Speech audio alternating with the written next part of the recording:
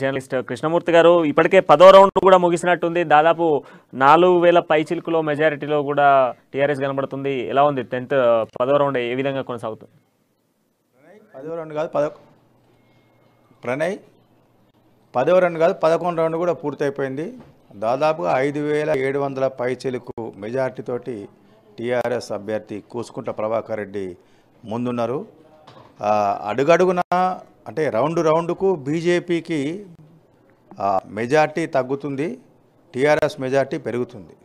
అంటే బీజేపీ ఏదైతే తమకు ప్రభావితంగా ఉన్నాయి కొన్ని మండలాలు, కొన్ని గ్రామాలు, కొన్ని 1-2 మున్సిపాలిటీలు అనుకున్నారో వాటన్నింటిలో కూడా వాళ్ళ అంచనాలు తలకిందులైనట్టుగా ఈ ఫలితాలు ఈ రౌండ్లో ఓటు కౌంటింగ్ బట్టి మనకు స్పష్టంగా తెలుస్తుంది. ప్రణయ్ ఇప్పుడు టీఆర్ఎస్ దూసుకెళ్తుంది. సో మొత్తంగా టీఆర్ఎస్ గెలిచేటువంటి అవకాశాలు ఉన్నాయంటారా?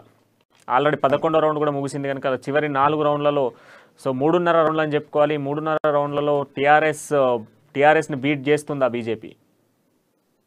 అది ఏదైనా మిరాకిల్ జరిగితే చెప్పలేం ప్రణయ్. ఇక అంతకన్నా ఏదైనా అనూహ్యంగా అంటే వన్ సైడ్ ఓటు మొత్తం పోలైనా అంటే ఎన్ని అయితే కౌంటింగ్ ఉంటుందో దాదాపుగా 10,000 ఓట్ల కౌంటింగ్ అనుకుంటాను. 10,000 కౌంట్లో ఆ 10,000లో 9,000, 8,000 ఆ రకంగా వస్తే చెప్పలేం.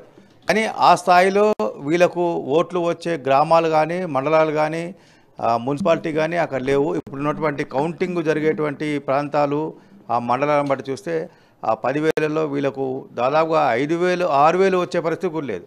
10,000 ఓట్లలో వీళ్ళకు 3,000, 4,000 వచ్చే ఉన్నాయి. కానీ టీఆర్ఎస్ను ఇప్పుడున్నటువంటి 5,700 పైచిలుకు ఓట్ల మెజార్టీని అధిగమించే స్థాయిలో ఇప్పటివరకు అయితే లేదు ప్రణయ్.